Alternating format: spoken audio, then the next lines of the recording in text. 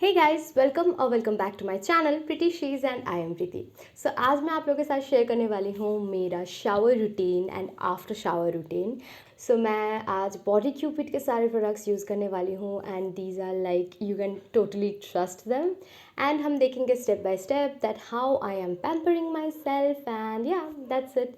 Keep watching and don't forget to subscribe to my channel. So without any further ado, let's get started. First मैं use करती हूँ body cupid Himalayan rose gold body scrub. ये बहुत ही अच्छा एक body scrub है जो skin को पैम्पर करता है, एक्सफोलिएट करता है, डेड स्किन सेल्स को हटाता है, डर्ट को भी हटाता है। इसमें कोई सल्फेट या पैराबेन्स नहीं है जो कि स्किन के लिए बहुत बहुत अच्छा है। नेक्स्ट मैं इसे वॉश करने के बाद यूज़ करूँगी body Cupid cherrylicious shower gel. इसमें भी कोई सल्फेट या पैराबेन नहीं है। अच्छे क्वालिटी का प्रोडक्ट है क्योंकि इसका जो फॉर्मूला है बहुत सॉफ्ट है, जेंटल है स्किन के ऊपर। जिस दिन वेदर थोड़ा सा कोल्ड रहता है उस दिन I use body Cupid wild strawberry body butter with shea and cocoa buttress.